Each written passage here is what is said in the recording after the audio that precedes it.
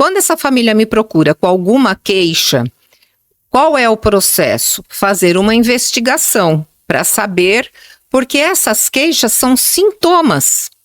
Simples, não são simples comportamentos, são sintomas de que alguma coisa pode ter por detrás, baseado nesses históricos que a gente vai levantar no momento da entrevista com a família.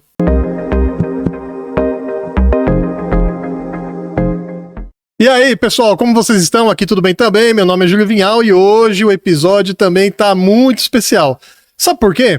Porque hoje nós vamos abordar um assunto que é muito importante nos dias atuais, inclusive, né?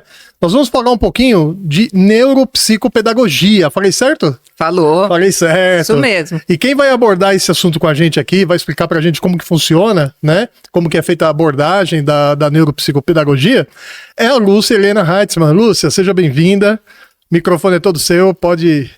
Muito obrigado pelo convite, estou muito satisfeita de estar aqui. Muito bom. E espero poder contribuir com o seu canal, né, com as informações que eu tenho a respeito da neuropsicopedagogia. Legal. É bem profundo, né? Muito mais do que a gente imagina. Então, eu queria que você começasse então me dizendo, né, para mim, que eu sou leigo completamente sobre o assunto, né, e assim como eu, acho que tem várias pessoas também que gostariam de saber o que é exatamente a neuropsicopedagogia, qual que é a abordagem que a neuropsicopedagogia, é um trava-língua, inclusive, né? Na realidade é. Né? Então, qual que é a abordagem dela? Explica um pouquinho pra gente.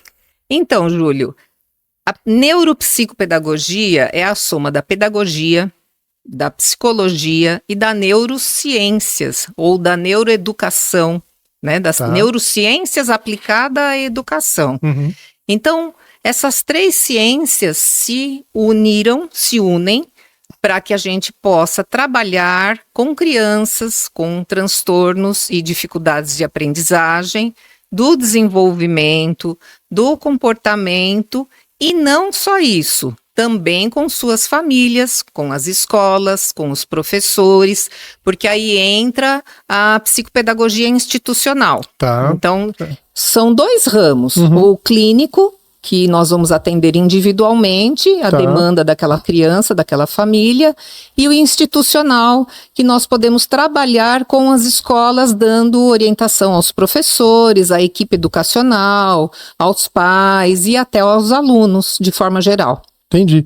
Mas então, a aplicação da neuropsicopedagogia, ela vai estar não somente embasada ou só vendo o lado da criança com essa dificuldade, mas ela vai estar trazendo também aspectos para com os pais, para os pais também ter essa ferramenta, saber como utilizar essa ferramenta no seu dia a dia, também é uma forma de aprendizado também para eles, então.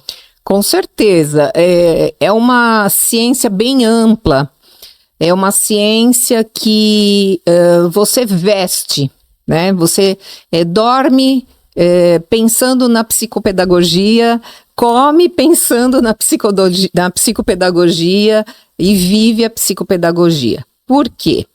Porque nós precisamos entender sobre o desenvolvimento do ser humano, da criança.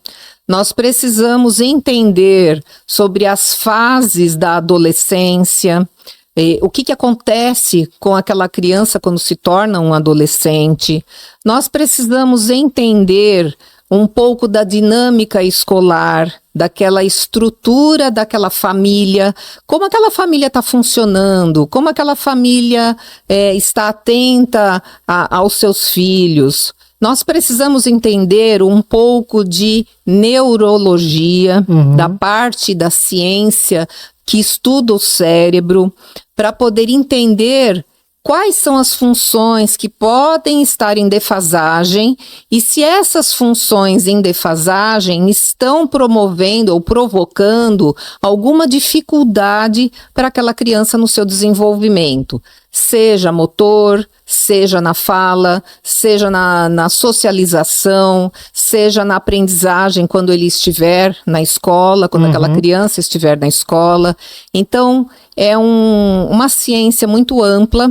Ela ajuda o profissional a investigar o que está acontecendo de maneira geral, com aquela criança, com a sua família, o que acontece na escola, como é que é a demanda dessa escola, o que essa escola entende que essa criança tem. Então, o psicopedagogo também na escola é um profissional super importante e vai ajudar os professores que não são especialistas nessa área a entender o que aquela criança está mostrando como sintomas. E aí é um passo a passo, né? Não vou dizer para você que é assim, olha, é muito simples, é muito rápido, a gente identifica, avalia, resolve e tá tudo bem. Não é assim. É demorado, é lento, é minucioso, envolve detalhes de vida passada dos pais, histórico de problemas de aprendizagem que eles possam ter, histórico de dificuldades de comportamento, relações que eles possam ter tido e que não foram boas, comportamentos na escola que também já deixaram a desejar, repetir ano. Então, assim, a gente vai buscando esse histórico todo e a gente faz o quê? A gente avalia a parte biológica, avalia, até eu vou explicar direitinho isso. A gente entende, vamos dizer assim, a parte biológica, quais são os pré-requisitos biológicos que podem trazer um problema de aprendizagem para aquela criança, como, por exemplo, a mãe teve um problema na gestação, ela teve uma eclâmpsia, ela teve, que é uma pressão alta, né, durante a gestação, ela precisou tomar medicações, a criança, por exemplo, nasceu prematura, nasceu com baixo peso, nasceu com anóxia, que é a falta de oxigenação, teve uma icterícia muito forte, precisou ficar no banho de luz, precisou ficar internada, teve problemas durante esse período pós-parto. Tudo isso entra como histórico e são as etiologias que levam a gente a desconfiar quando uma criança é encaminhada para avaliação. Além desse histórico, a gente verifica também as condições emocionais, por isso que entra a psico. Entendi. Então a gente vê a parte das relações familiares, como é que essa família está vivendo, como esses pais são pessoas ansiosas, são pessoas que trabalham demais, são pessoas que não têm tempo para esses filhos, mudam toda hora de emprego e mudam toda hora a criança de escola, tudo isso interfere. E todos esses tipos de apontamentos que você está passando, eles são cruciais então para que você... Porque a minha pergunta seria assim...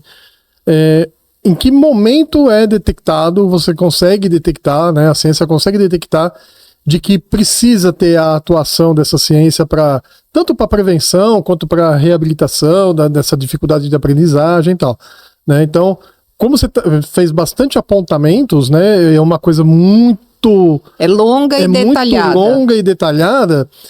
Que momento que você como a profissional da área, chega e fala assim... Esse é o momento de que a ciência precisa atuar nesse sentido. Você consegue chegar nesse... É assim, a gente tem... Normalmente, eu vou te dar um roteirinho do que normalmente acontece. Normalmente, as famílias são encaminhadas ou pelos próprios professores ou por pessoas que já passaram em consultório comigo por alguma queixa. Então, existe alguma demanda. Ah, meu filho não consegue, ele lê e não compreende. Ou meu filho está começando a alfabetizar, mas as crianças já estão lá na frente e ele não consegue memorizar, não consegue entender.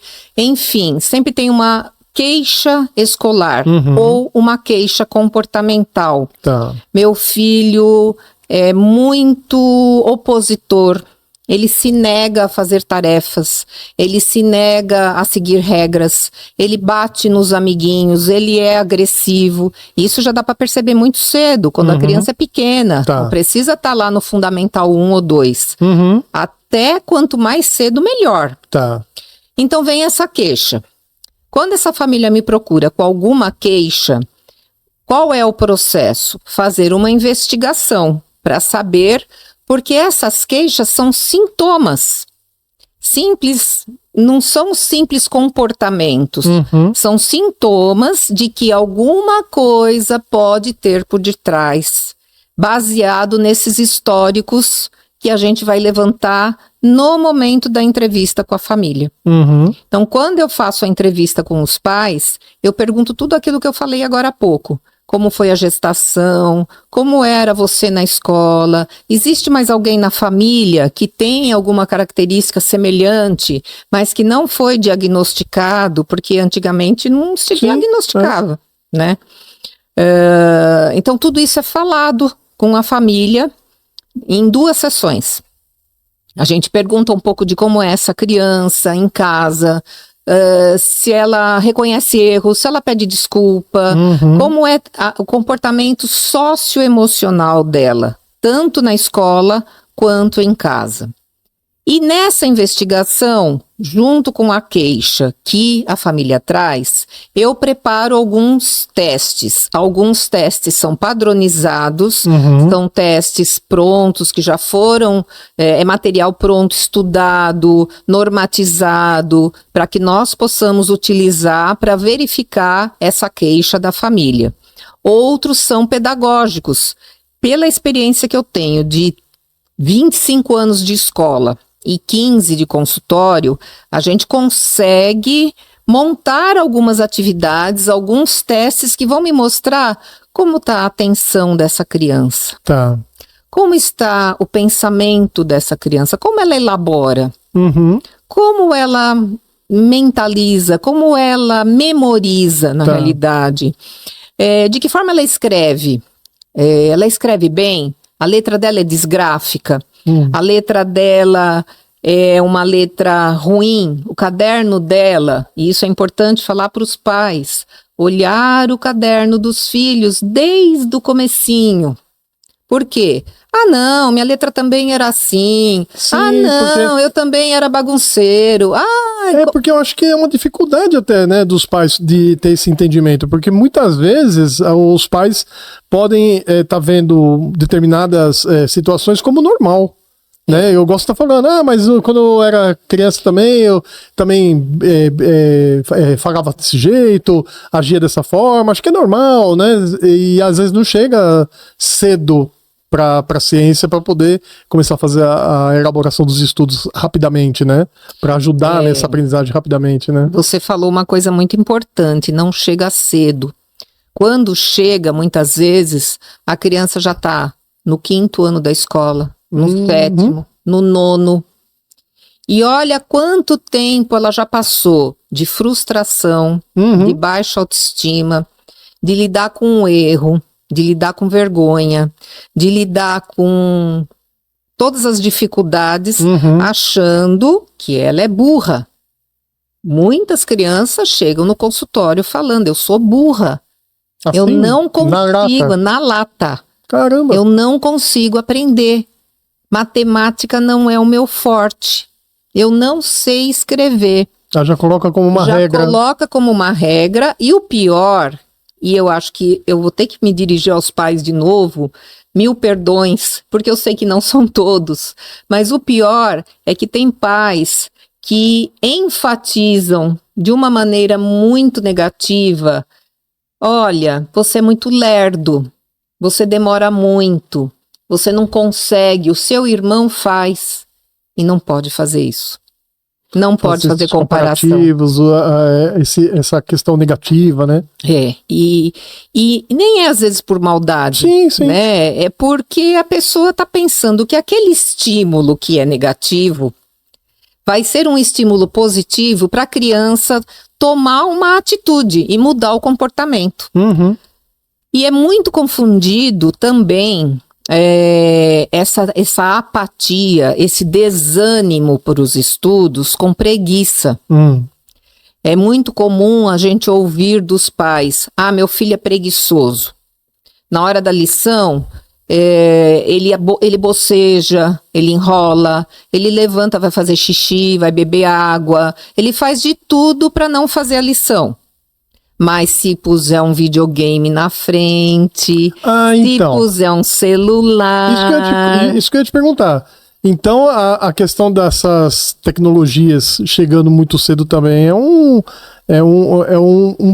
pulo para desencadear uma série de outras situações. Com certeza. Né? Com certeza. Tem que ter, sim, um certo limite para... Eu vou deixar esse ponto só um pouquinho para frente, sim. Só para terminar o raciocínio da avaliação. Sim, claro.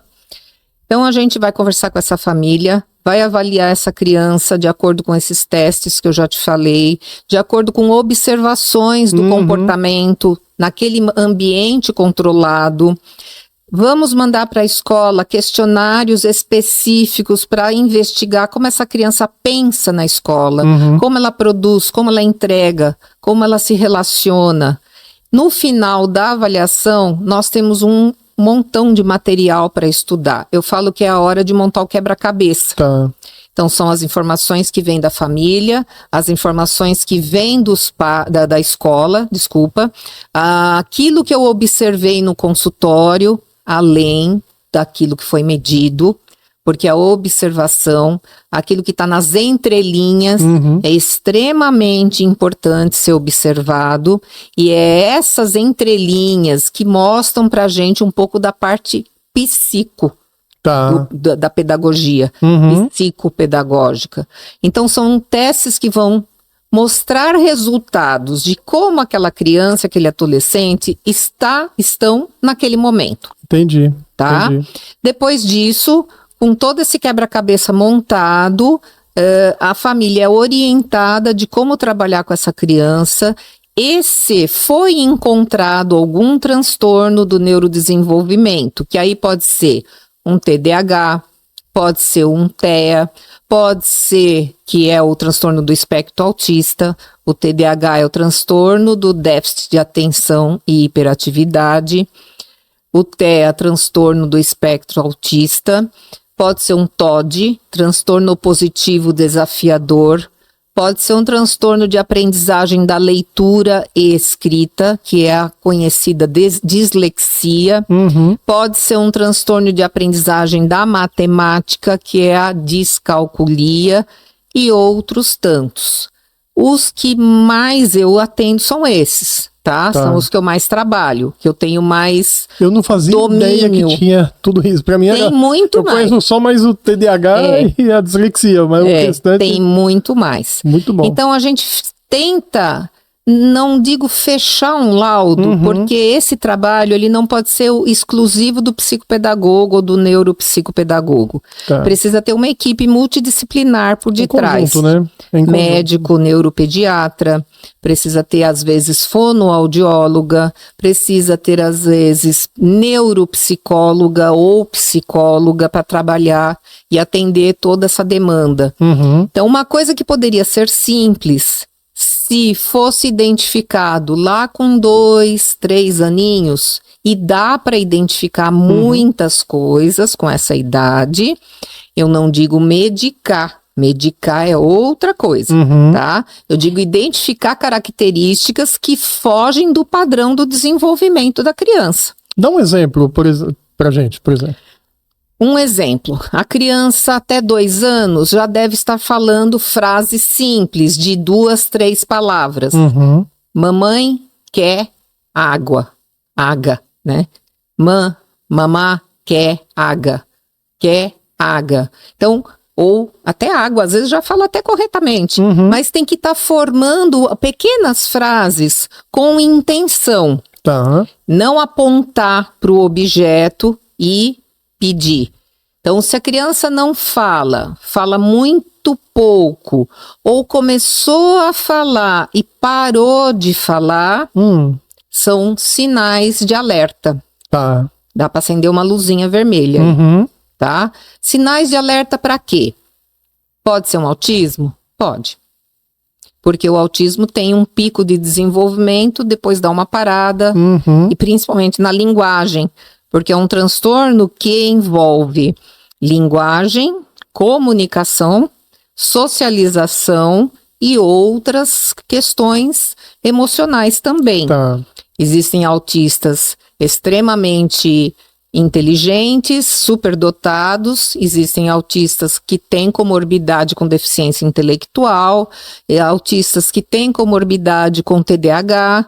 Tá. Então, os quadros vão ficando mais complexos à medida que ou não se avalia corretamente, ou foge-se da avaliação. Muitos pais têm medo de ouvir aquilo que eles sabem que é. Porque no fundo, todos os pais sabem que tem alguma coisa diferente com aquela criança. Então, só se tem até medo dois... de ouvir que realmente é. Né? Tem medo de ouvir o nome, né, da coisa. Sim. O nome daquilo. E é o que eu falo quando eu dou a devolutiva para a família. Olha, vocês já sabem que essa criança é assim, que faz isso, faz aquilo, faz isso, ou não faz. Foram vocês que me trouxeram o histórico. E vocês estão lidando com ela até agora. Agora a gente só vai alinhar. Agora a gente só vai colocar nome em algumas coisas e determinar alguns padrões diferentes de comportamento. Mudar algumas regras, mudar algumas dinâmicas, fazer algumas intervenções que vão ajudar essa criança a produzir de uma maneira melhor do que a que ela vem produzindo. Então essa ciência, não te cortando, já cortando, essa ciência ela tem como âmbito também de trabalhar fortemente com os pais em relação a isso, né? Para que os pais consigam entrar nesse entendimento. Né? Porque é o que a gente falou, muitos têm medo de ouvir, né? Então a neuropsicopedagogia ele tem esse trabalho bastante interessante também de preparar os pais para isso também, não é? Essa parte é uma parte tão... Não tá errado não. É assim, com os pais, a gente não vai a fundo na parte técnica ou nas nomenclaturas, mas a gente dá muita indicação. Os direcionamentos, e muito direcionamento. Então, direcionamento de como conduzir a criança num determinado momento que ela se nega a fazer uma tarefa. Como conduzir, o que você pode fazer no momento que, por exemplo, a criança cuspiu num amiguinho. O que você como pai vai fazer em casa? O que a escola pode fazer? Sabendo-se já que isso tem algum antecedente, que isso tem alguma coisa por detrás, que essa criança já foi avaliada, que ela já está sendo estudada para ver se tem algum laudo de transtorno ou não. Então, essa orientação é dada para a família e é dada para a escola. E quando a gente acompanha essa criança durante o tratamento, a gente acompanha a família também. Tá, é importante. Então a família é o tempo todo orientada, a família é o tempo todo chamada. Olha, como foi essa semana? O que aconteceu de diferente? Principalmente quando o problema é comportamental, que é no caso das crianças, principalmente os TDAH, que são elétricos, né, ligados no 220 o tempo todo. Sim. E as crianças opositoras com TOD, que aí já é um problema bem mais complexo no sentido de trazer briga, discussão, agressividade, principalmente verbal, né, dentro de casa. Isso traz frustração para os pais, porque eles não conseguem educar esses filhos, eles ficam sem ferramentas. Sabe, eles ficam sem saber como conduzir. Eu já fiz tudo o que eu podia. Eu não sei mais como conduzir a educação do meu filho. E muitas vezes não sabem mesmo. Porque dentro do limite de conhecimento que eles têm e das ferramentas que eles possuem, eles não conseguem mais conduzir como eles conduziriam. Então aí entra o trabalho em conjunto com a psicologia. A neuropsicopedagogia ou a psicopedagogia, ela não pode trabalhar sozinha, nem deve, né? Muito importante que, às vezes, a criança e, às vezes, a família também faça acompanhamento. Entendi. Para receber essas orientações de como trabalhar. Tá. Bom, aí você está passando para a gente aqui a visão dentro por exemplo, dessa faixa etária que são as crianças. Mas a ciência também é utilizada para, você chegou a comentar no início, dos adolescentes também. Sim. Isso se estende para os adultos? Deveria, né? Deveria. Como que tá isso hoje, nos dias atuais? Né? Pela minha experiência, os adultos que até hoje não foram avaliados, eles vão carregar, e eu tenho uma experiência bem próxima de mim, tá? De pessoa de família, tá? Que foi descobrir com 34, 33, 34 anos que tinha TDAH. Então ela tinha problemas no trabalho, problemas de relacionamento, problemas familiares, baixa autoestima, se culpando por muitas coisas, porque achava que ela era incompetente, porque achava que ela era uma pessoa que não sabia fazer, porque tinha um déficit de atenção muito alto, não tinha planejamento, organização. Então, quando você pega um adulto numa empresa que não entrega aquilo que a demanda pede, você logo vai falar, fulano é incompetente. Sim. Fulano não está dando conta. Então, ou vai brigar, ou vai mandar embora, ou alguma coisa vai ter que acontecer ali para ele produzir. E se por pressão, por conversa não funciona, por pressão menos ainda. Só que quando as partes envolvidas não sabem o que está acontecendo e nem a própria pessoa tem ideia, como fica isso? Como que faz, então? Então, assim, uma pessoa que faz terapia a vida inteira, mas nunca questionou um transtorno do neurodesenvolvimento. Uma pessoa que toma remédio para burnout, que é um transtorno de estresse, né? Que é como se fosse uma depressão acentuada, você não dá conta, né? Mistura depressão com ansiedade, é um cansaço extenuante, é uma falta de energia, é uma falta de condição de fazer. Por quê? Porque o mental funciona 24 horas por dia. Você quer parar de pensar? Ninguém para de pensar. Ninguém para, exatamente. Isso eu sei, porque a minha mestra da yoga fala isso sempre, né? A gente mesmo meditando está pensando, Sim, e só a gente volta ao foco. Só que são pensamentos repetitivos, pensamentos intrusivos, que a gente chama, pensamentos que te boicotam, te sabotam, tiram a tua concentração, tiram a tua energia, porque você gasta energia para pensar. Sim, você sabia? Sim. Sou bastante. E eu digo que assim, esses pensamentos intrusivos é a maior parte, inclusive, né? Desse desgaste mental. É a maior parte, né? É a maior parte. Porque eu entendo que o pensamento intrusivo chega a beirar a criação de coisas, né? Cria situações. Se o pensamento intrusivo fosse só um pensamento criativo, tava ok. Olha só tudo isso aqui, né? Estaria ok. Mas o pensamento intrusivo, ele não vem só na questão de você criar alguma coisa. Na realidade, você nem acredita que você é capaz. Então você fica dando tiro no pé o tempo inteiro. E esta pessoa veio conversar comigo e eu falei, quer fazer um teste? É um teste para TDAH que pode ser aplicado dos 12, não sei se é 10 ou 12, agora não me recordo bem, até o fim. Enquanto a pessoa estiver raciocinando, ela está conseguindo responder aquilo. E deu altíssimo o TDAH dela. É mesmo? Altíssimo em todos os aspectos. Emocional, hiperatividade na parte mental, na parte agitação, né, motora também, uma pessoa que não consegue ficar parada, concentrada muito tempo na mesma posição, ouvindo uma coisa que seja chata, por exemplo, e que ela precise ouvir. Então eu fiz assim, não posso te ajudar nesse sentido, porque somos parentes, mas posso te orientar o que você precisa fazer.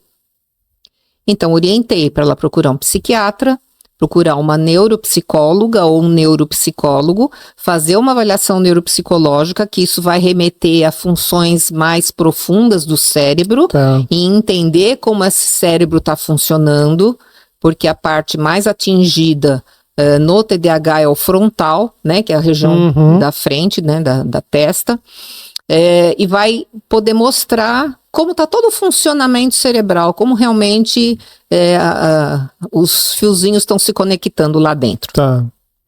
E com a terapia, junto, depois, né, da avaliação, a terapia e, sim, neste caso, medicação, porque já foi um período de vida sofrível durante muito tempo. Eu não sou daquelas pessoas que logo de cara mando para o neuropediatra ou para o psiquiatra. Tá. Eu acho que a gente tem como, em alguns casos, trabalhar sim com a dinâmica familiar, com essa criança, trabalhar valores, trabalhar posturas, trabalhar coisas que a criança não aprendeu de maneira igual aos outros da escola e que se a família, por isso que a família é tão importante, se a família colabora, gente, é tudo de bom. Tudo de bom, né? É tudo de bom. Então, dá para fazer muita coisa com a criança e com o adolescente. O adulto, ele já tá meio que por conta dele mesmo, né? Sim. Mas aí... Não tem o pai e a mãe intervindo, interferindo, e mesmo se fala, não. O adulto não quer mais saber, não quer mais ouvir pai e mãe. É muito difícil. E até por decorrência de tanto tempo passando por todas essas situações, agravou de uma certa forma que fica complicado mesmo, né?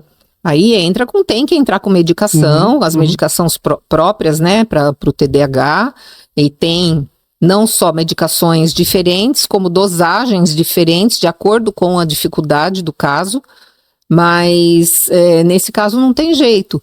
Então, os adultos têm, de um tempo para cá, e isso eu acho que é graças à facilidade que a tecnologia, as redes sociais também podem possibilitar. Tá tudo na mão, né? Tá tudo na mão, só que tem que tomar muito cuidado também com as informações. Exatamente.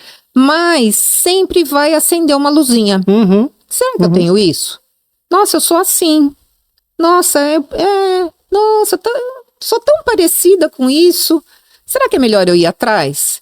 Então, a pessoa acaba indo atrás, às vezes fazendo esses testes mesmo de que você encontra no Google, que não são...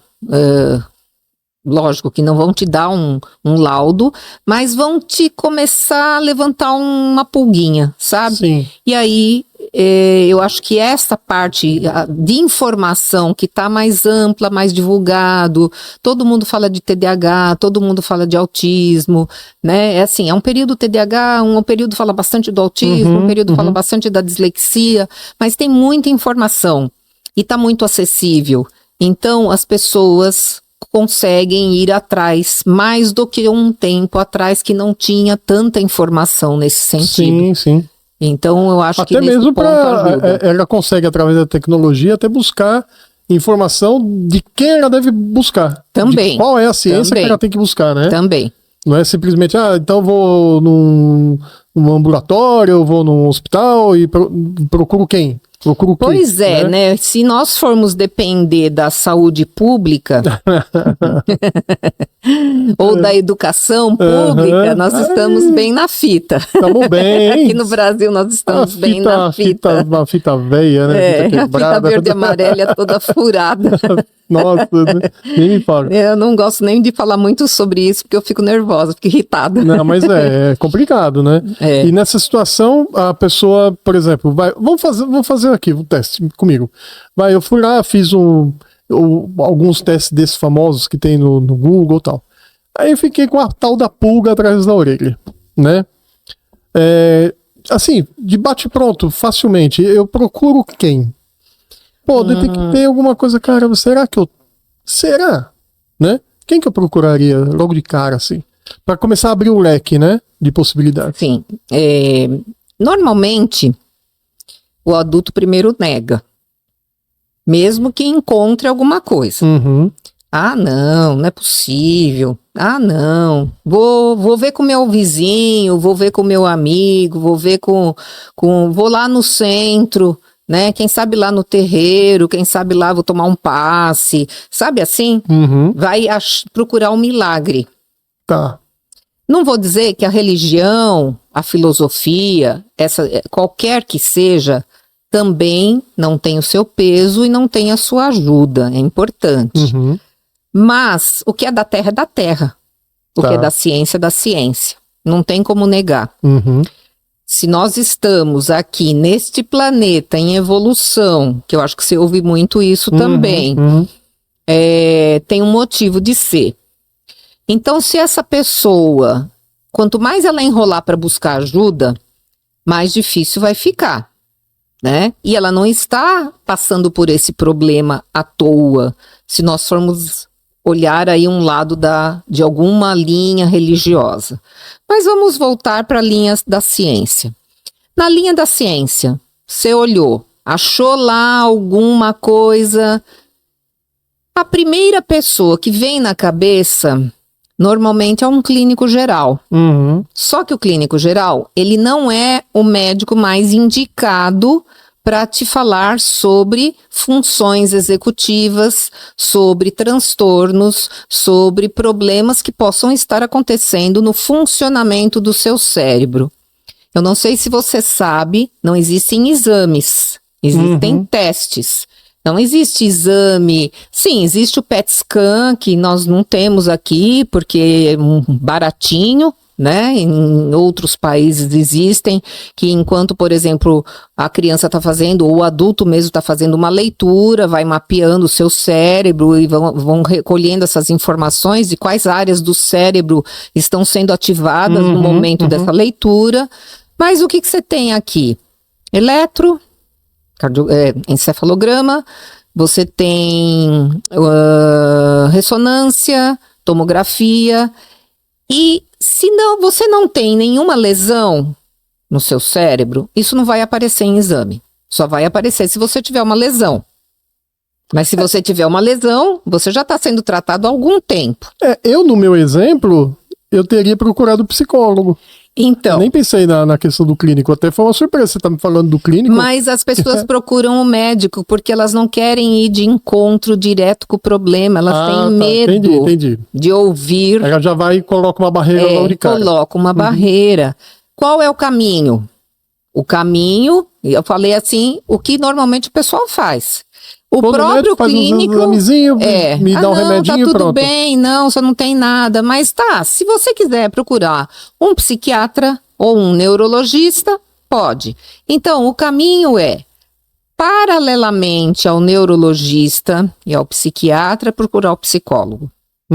O psicólogo, se ele for neuropsicólogo, melhor ainda. Ele vai entender os teus sentimentos e ele vai avaliar o teu funcionamento cerebral. E se isso remeter a uma necessidade de medicamento, porque a tua produção, ou a tua autoestima, ou a tua relação com o outro, ou a relação tua com você mesmo está muito ruim, muitas vezes você precisa da terapia e do medicamento. E esse é o caminho para o adulto. Dá para treinar? Dá. Palavra cruzada, caça-palavra, jogos de estratégia, não só de computador. Sim. Né? Tem que ter uma outra visão. Tem que ter uma outra abordagem. Assim, por exemplo, a ação motora, não é? O quebra-cabeça, por exemplo. Quebra-cabeça, Tangram, não sei se você conhece o Tangram. Não. São 7 formas geométricas. Foi inventado por chineses também. São 7 formas geométricas que você forma mais de 5.000 imagens. Poxa. Se você pegar, como chama? Tangram. Tangram. É uma delícia de brincar com o Tangram. E ajuda na concentração, na percepção viso-motora, na parte espacial como um todo, na construção, na criatividade. Então, todo adulto que tiver uma necessidade de reforçar atenção, concentração, coordenação, melhorar o raciocínio lógico também, pode utilizar diversos jogos. Aquele joguinho chamado Cilada. Tá. Aquele tem de tabuleirinho e tem no computador. Tem board games, né? Esse joguinho Cilada é muito legal. Então, essas coisas que parecem básicas o próprio jogo dos 7 erros. Tá. Sabe os almanaques da Turma da Mônica? Nossa, eu joguei muito esses jogos de 7 erros. É uma delícia. Você sabe que eu e a Soraya, né, a minha esposa, a gente vai de vez em quando numa hamburgueria famosa aqui, né, aqui em São Paulo, que era ter o conceito nerd. Então ela é toda voltada para esse circuito. E quando o pessoal vai atender a gente, em vez de eles colocarem a folhinha para pôr os pratos em cima e tal, eles colocam uma folha, só que é com labirinto. Labirinto. Nossa, labirinto é ótimo. Labirinto e caça-palavra. De um lado é caça-palavra, do outro é o labirinto. Antes da gente pedir qualquer coisa, ela pega o giz de cera dela, no papel dela, eu pego o meu aqui e a gente fica brincando. Porque é muito interessante aquilo. E a gente gosta de fazer. É prazeroso. E é uma coisa que já tem E assim, anos e anos. a gente não pode perder essas coisas. Exatamente. Né? E o problema, acho que o problema da tecnologia, até um certo ponto, por exemplo, tem vários videogames também que são interessantes para desenvolver essa questão. Mas enquanto que você manipula o dado, a peça, a interação, né? O olho ainda mais no se tiver olho, pessoas envolvidas jogando com você, né? Eu prefiro do que você tá com o equipamentozinho aqui e todo momento, né? E primeiro, né, que a postura tua vai pro chapéu, né? A coluna cervical já era, Não, né? Acabou. A postura vai pro vinagre. Cheio de criança com problema de vista. Sim. E aí a gente entra de novo naquele assunto que eu falei que a gente podia falar depois, que é a questão do excesso de telas. Sim. Não importa quais. Celular, que é o que normalmente, tablet, né? O que normalmente as crianças têm acesso muito cedo. Mesmo que a criança não tenha nenhum histórico de dificuldades de neurodesenvolvimento, nenhuma falha que possa ter sido detectada, e ela comece a apresentar baixo rendimento escolar, falta de comunicação, agressividade, às vezes não quer sair de casa, não quer sair do quarto, ansiedade, comer demais, comer de menos, pode ficar certo que está ligado ao excesso do uso de telas. Tá. No pequenininho, na criança, que eu já vi, tá? Criança de 6, 8 meses, passando o dedinho assim, eu já vi já. Na janela do carro, no vidro, no espelho. Olha. Como se estivesse fazendo isso numa tela de um tablet. Peraí, deixa eu entender a referência. Ela tá fazendo isso no vidro do carro porque a imagem tá passando? A imagem tá passando. Ela tem essa referência? Ela tem essa referência. E eu não acho isso bom. Eu fazia diferente, sabe o que eu fazia? Meu pai me dava aqueles carrinhos de ferro, eram uns carrinhos pequenininhos, e eu ficava no banco de trás com o carrinho assim em cima, e eu ficava olhando pro ponto de referência, era o carrinho como se o carrinho estivesse andando. Mas você tinha um brinquedo. Então, isso que eu ia falar. Você estava usando a sua criatividade. Mas isso que você falou, chega assim, nossa, caramba! É perigosíssimo, porque... Eu já vi, eu tava uma vez eu fui buscar remédio nesses postos. Você tem que dar documentação, medicação de alto custo, né? Por causa do problema do rim e tal. Fui buscar um certo período. E na minha frente tinha uma mãe com uma criança sentada no colo e a criança com o celularzinho na mão. E ela, sabe, é como se fosse... Com muita agilidade, Com muita agilidade, com, não sei, entendimento, talvez não, mas o fato de... Mas sabe aonde tem que apertar, né? O que tem que fazer, o que caminho que tem que seguir ali. E o que isso... Tá, é legal, é gostoso. Tanto é gostoso que prende a atenção. Só que prende a atenção de uma forma tão... Eu vou até dizer ruim... que a criança, vamos supor que ela está nessa fase de desenvolver a fala, ela atrasa a fala.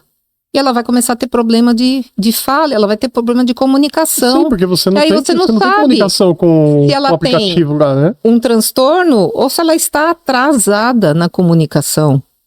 Porque ela não fala com ninguém, ela não interage.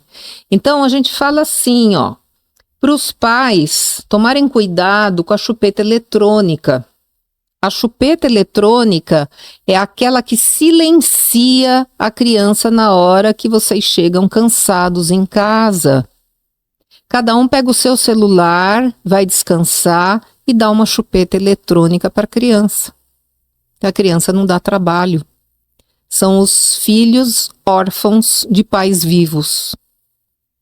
Preocupante, né? Muito. Preocupante. Muito. Porque tem aquele negócio, né, da criança que tá fazendo uma baguncinha que é normal, não é? Saudável. Saudável. Pé no chão, pulando pra cima e pra baixo. Aí, ó, pega aqui, joga aqui, fica quietinho aqui. O pai, a mãe tem que fazer um trabalho aqui, tem que fazer não sei o quê. Eu vou contar uma historinha. Ah, caramba, cara. Contar uma historinha. A menina tinha... Desculpa. A menina tinha 8 ou 9 anos. Ela estava com um certo atraso na leitura, mas ela não tinha grandes dificuldades. Tinha uma letra bem bonitinha. Eu atendi já há algum tempo essa menina. Uhum. Então, o que nós fizemos? Começamos a treinar leitura. Eu pedi para ela levar um livrinho toda semana para casa. Então, uma semana ela ia fazer a leitura para a mãe. Na outra semana ela iria fazer a leitura para o pai. Na primeira semana que ela foi fazer a leitura para a mãe, quando ela voltou na semana seguinte, eu perguntei: como foi a leitura com a mamãe? Ah, não foi muito boa, Lúcia. Eu falei: por que não foi muito boa? Vamos ver se eu não vou derrubar o microfone. Vou imitar. Porque eu estava lá lendo para ela e ela lá estendendo roupa no varal. Vai, pode ler, pode ler. Tô ouvindo. Sem interação. Sem interação. Sem dar o devido valor que aquilo tinha para aquela criança. Ouvindo por ouvir. Não sei nem se ouviu. Falei, tá bom, mamãe tá muito ocupada, né? Então vamos fazer o seguinte, essa semana você leva outro livrinho e você vai ler com o papai. Beleza, vamos fazer o teste. Voltou na semana seguinte. E aí, como foi a sua leitura com o papai? Lúcia, não foi boa. Como assim não foi boa? Por quê? Ah, porque meu pai não tira a cara daquele celular, é assim, ó. O tempo todo. Vai, pode ler, filha. Vai, pode ler, filha.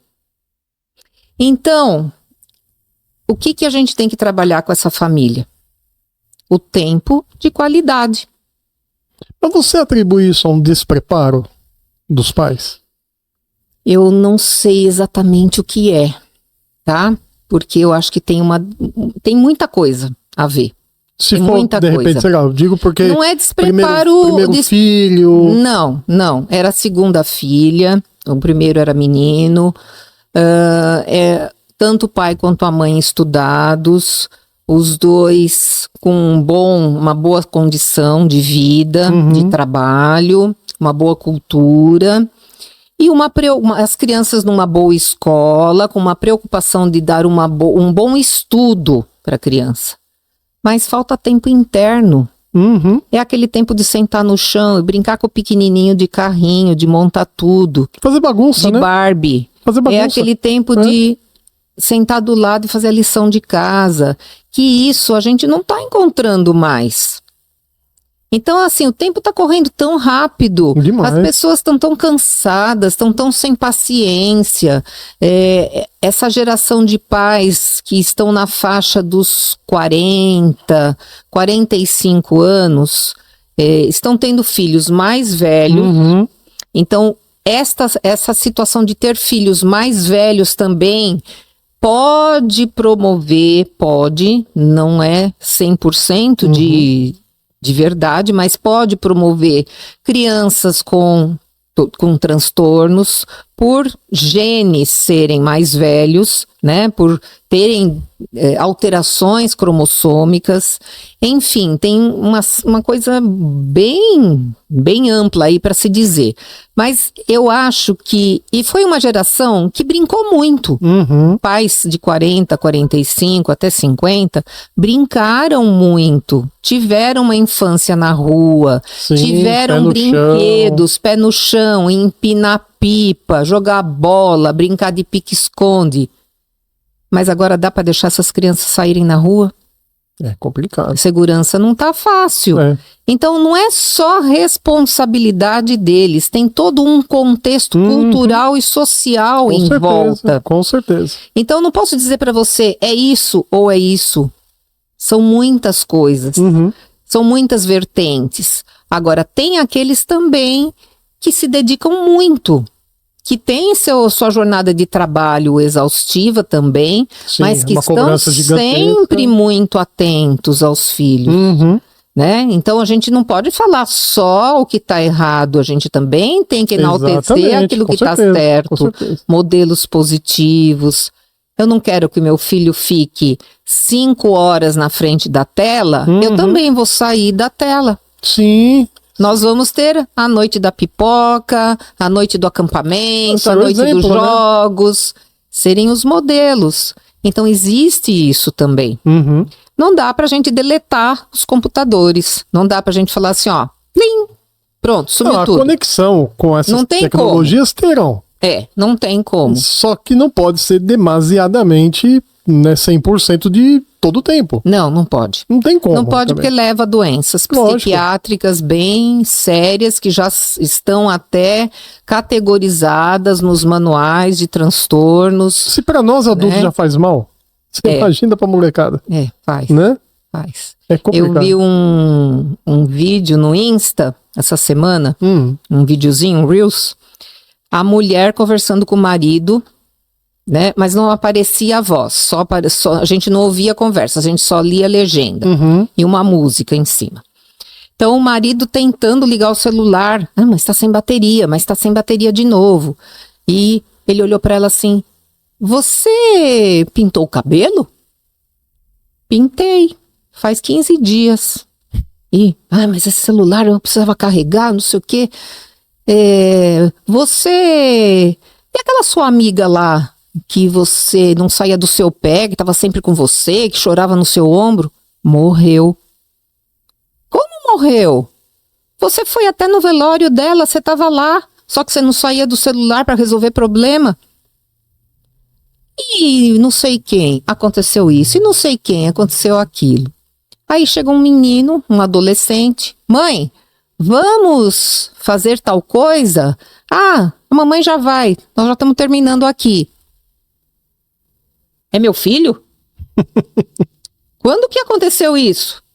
A última vez que acabou a bateria do celular. Olha aí. Então, olha, o que é isso, não, gente? É complicado, né, cara? Nossa é isso? Senhora, muito complicado. É muito louco isso. É muito louco. E isso mostra uma coisa que é muito real. Né? Com exceção do final. Com exceção do final. Mas o restante eu acredito piamente que deva acontecer. De verdade. Né? Aquilo que a gente estava comentando. Eu acredito que às vezes você perde até o crescimento dos filhos, momentos importantes dos filhos, por causa é necessário? Gente, é necessário. Não tem como. Hoje a gente tá aqui, 24 horas por dia. Graças a Deus a gente tem isso para poder fazer N coisas que nós estamos fazendo. Hoje a gente faz as coisas com muito mais agilidade, muito mais rapidez. Segurança nem tanto assim, né? Porque você vê, dia após dia, tem uma série de coisas ruins que acontecem também com tela, com celular, né? Com equipamento, enfim. Mas é vigiar, né? Vigiar. Né? E se vigiar também. Porque senão você perde momentos importantes. E se você só vigia e não se vigia, você não é modelo. Então, como você vai pedir para o filho fazer uma coisa que você não faz? Exatamente. Então, todas essas questões da educação, elas envolvem o comportamento das pessoas. Todas essas nuances podem trazer problemas, podem ser soluções também, dependendo da maneira como são utilizadas. Sim. Então a gente não pode dizer categoricamente, olha, o seu filho é TDAH porque ele abusou do uso do celular. Não é assim que funciona. Mas a gente pode dizer sim que a atenção do seu filho TDAH está muito prejudicada A parte emocional está muito prejudicada pelo excesso do uso de celular, indiscriminadamente. Isso dá para dizer. Sim, sim. É? Tem um camarada meu que ele fala assim, que a tecnologia veio para resolver um problema que a gente não tinha. Né? Eu concordo até um certo ponto, porque a tecnologia ela veio para resolver um problema que a gente não tinha, mas ela veio também para resolver problemas que poderão vir. Poderão surgir mais para frente. É você usar com parcimônia, né? Com consciência. Sempre com consciência. Não é? Tudo. Então não é, eu nunca mais vou usar, não é assim, né? Nem tanto o celular, o videogame também. O videogame. A minha mãe falava sempre pra mim quando eu era moleque: desliga esse videogame que vai queimar a televisão. Eu fiquei com essa história até meus 20 e poucos anos, que eu acreditei que isso queimava. Porque a fala de pai e mãe é muito poderosa. Não é? E por ser poderosa, quando você é modelo positivo, tem força. E quando você faz algo que não é tão positivo, tem força também. Exatamente. Quem são os heróis dos filhos? Sim. Os pais. Óbvio que quando a criança entra para a escola, a professora tem uma força muito grande, né? Não, a minha professora disse, a mãe quer ensinar de um jeito, a criança fala, não é assim, você está ensinando errado, a minha professora disse que é assim. Isso quando a criança é pequena. Quando já é adolescente, então aí já não houve nem pai, nem mãe, nem professor. Até um certo momento, né? A gente vê nos nossos pais os nossos heróis. Sim. Né? A gente vê os nossos heróis. Depois aí a gente já vai mudando a lente do óculos. Já vai mudando a lente. Exatamente isso. Mãe, você errou, mãe, porque eu jogo videogame até hoje. Tem 56 anos e jogo até hoje, entendeu? E nunca queimei minha televisão. Queimou por outros momentos, outras coisas, mas não queimou por causa do videogame. Pode ter queimado por uma caída de energia. Exatamente. Né? Mas amo minha mãe. Agora eu queria te perguntar uma coisa. Eu tô aqui numa curiosidade gigantesca de saber o que é esse papel que você pôs aqui em cima da mesa. Então. Eu tô aqui, você. Ela chegou aqui, colocou o papelzinho aqui, tá, ok. Então, né? Esse papelzinho aqui é assim. A gente até agora só falou de família, de filhos, adolescentes com transtornos ou não, dinâmica familiar, como a gente consegue começar a descobrir alguma coisa, alguma dificuldade maior que essa criança possa ter. Mas a gente não falou tanto da escola. Sim. E a escola, né? Ela é essencial. É na escola que a criança vivencia a sociedade. A primeira experiência de sociedade é na escola. Exatamente. As relações, as frustrações, os acertos, os erros, as vitórias, as conquistas, as coisas legais, o primeiro namorado, a primeira namorada, é tudo na escola que acontece. Os medos. As ansiedades, né? Exatamente. E aí tem pano pra manga lá pro Divertidamente, né? Opa, é verdade. Entrando aí no nosso mundo. No nosso mundo geek, né? Tem pano pra manga. Porém, temos alguns problemas também com as escolas.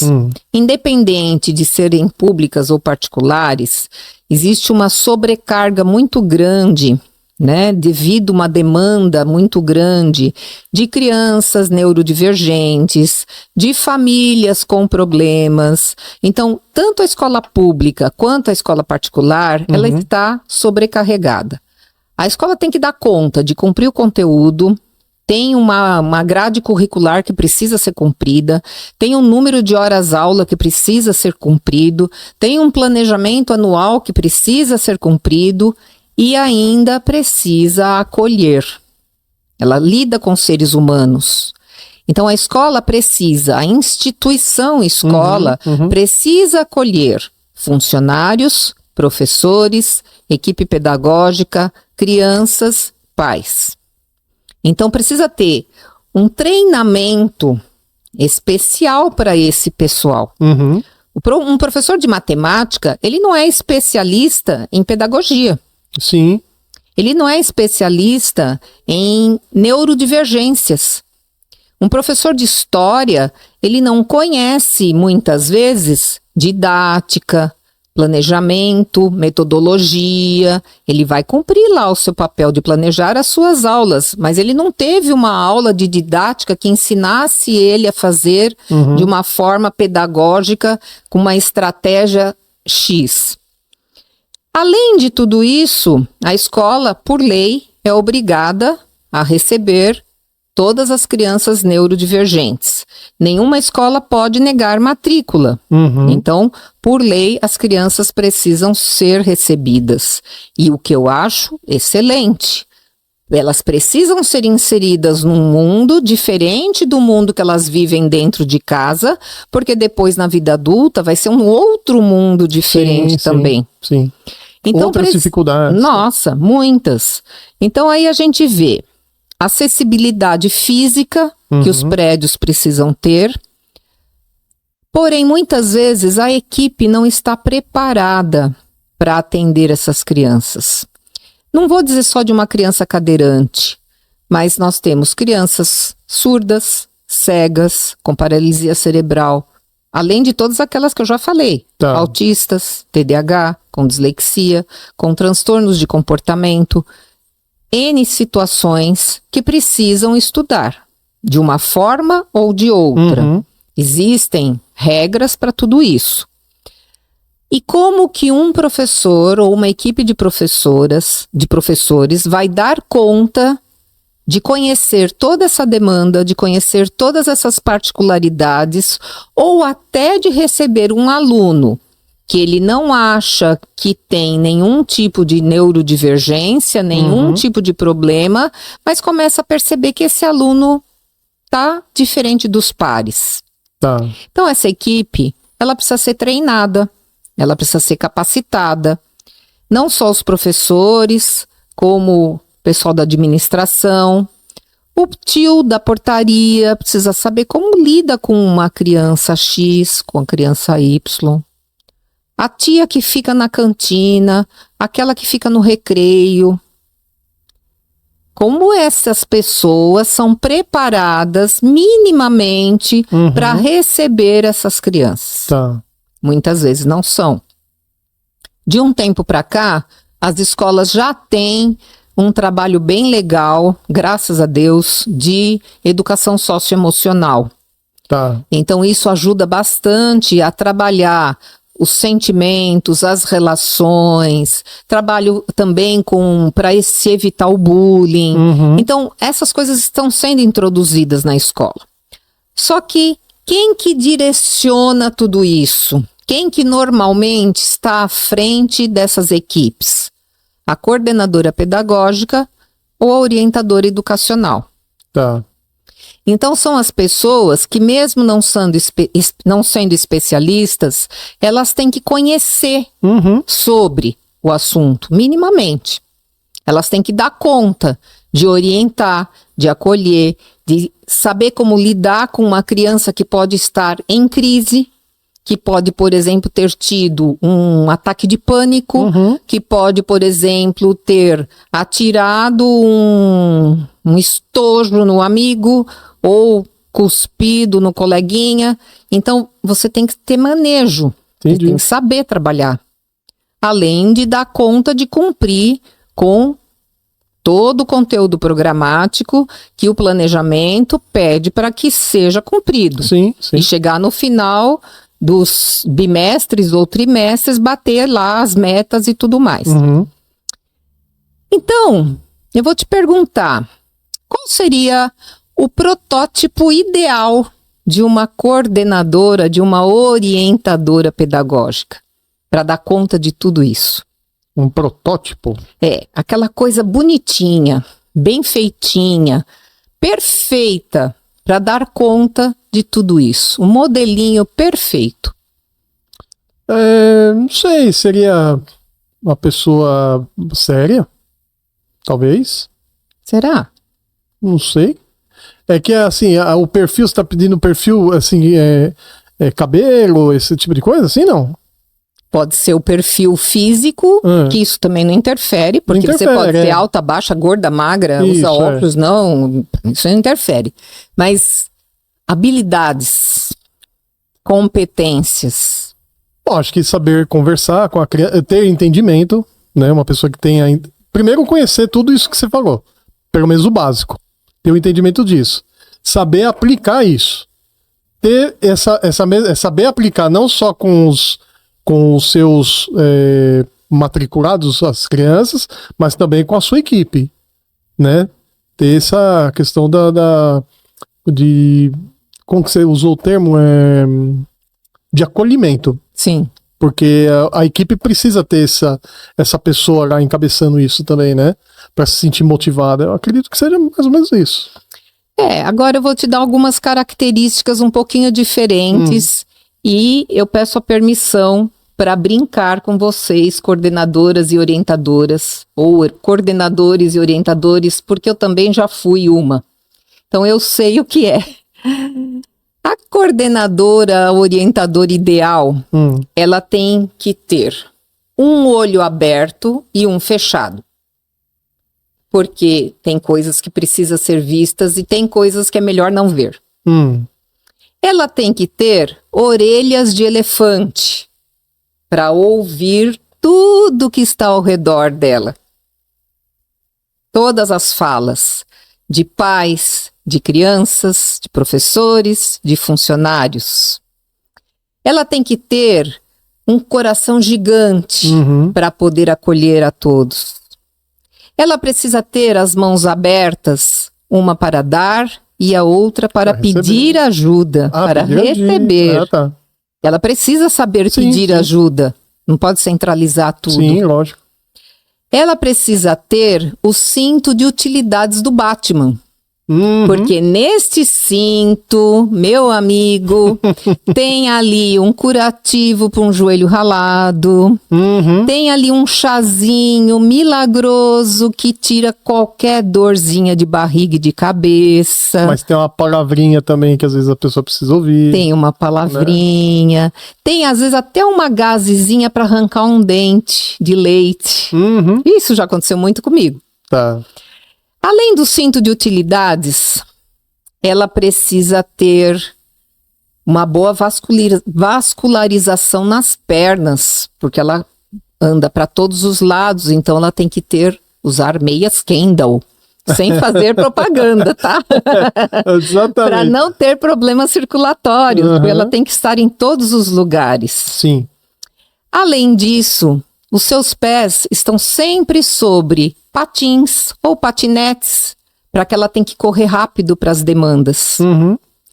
E, finalizando, se eu não esqueci de nada, ela tem que ter uma capa de super-homem ou de super-mulher, porque ela tem que dar conta de socorrer a todos. Você consegue imaginar essa descrição física desta super coordenadora pedagógica, orientadora educacional? Olha, no mínimo uma figurinha bem estranha, né? Bastante estranha. É uma figurinha bastante estranha. Gente, somos nós que trabalhamos como orientadores e coordenadores pedagógicos. E aí não é patins, é um skate. Então, aqui eu coloquei um skate, mas pode ser patins, patinetes. Então vamos lá, então você tem que ter um olho fechado. Olho fechado, outro aberto, orelhas de elefante para poder ouvir. Faltou o sorriso. O sorriso, é isso que eu ia falar. Que agora faltou o sorriso, sempre um sorriso nos lábios, mesmo que esteja passando por dificuldades. Muito bom. O coraçãozinho? Coraçãozinho, muito gostosinho, acolhedor, empático. Então falei do coração. O cinto de utilidades, tá? A meia. A meia Kendall. Até a cor da meia ficou feia, né? Porque meia Kendall, pelo amor de Deus. Tá vendo? Isso é meio estranho, né? No mínimo estranho. Tá? Mas, pô, ficou bacana. Gostei do skate, hein? Gostou, né? Então, ela é veloz, tem uma capa poderosa. Por isso que, tirando essa brincadeira, mas isso é uma brincadeira de bastidores, né? Vamos mostrar de novo aqui, pra gente pôr na câmera certinho aqui para o pessoal ver. Ó. Então, com base em tudo que você passou, tá bom, né? assim? Aí, pode chegar mais pertinho aqui. Ó. Aí, baixa um pouquinho. Pronto, aí dá para ver. Então, com base em todos esses atributos que você falou, você montou esse personagem. Esse personagem. Legal. Mas isso pode baixar que aí você aparece na câmera. Mas esse é tipo um trabalho que é feito?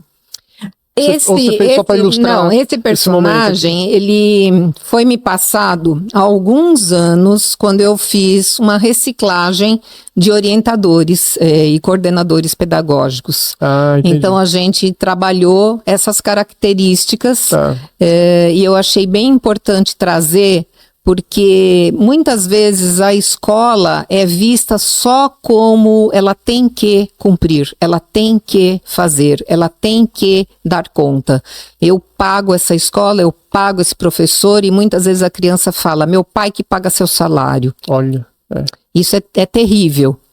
Então, é uma brincadeirinha para mostrar o quanto o papel do pessoal da área da educação é importante, é necessário, mas que também precisa ter o acolhimento, a empatia, o entendimento, né, daquilo que é necessário fazer para cada tipo de transtorno, para cada criança, independente de ter transtorno ou não. É estudar para a vida toda. É estudar para a vida toda. Legal. Baseado, bom, já que você entrou no assunto da super-heroína, porque se tornou uma super-heroína aí. Se tornou. Né? Vamos criar a nossa ideia aqui, a Idea Creator, indo pro nosso mundinho geek, nosso mundinho pop, onde a gente fala de filmes, de séries e tal.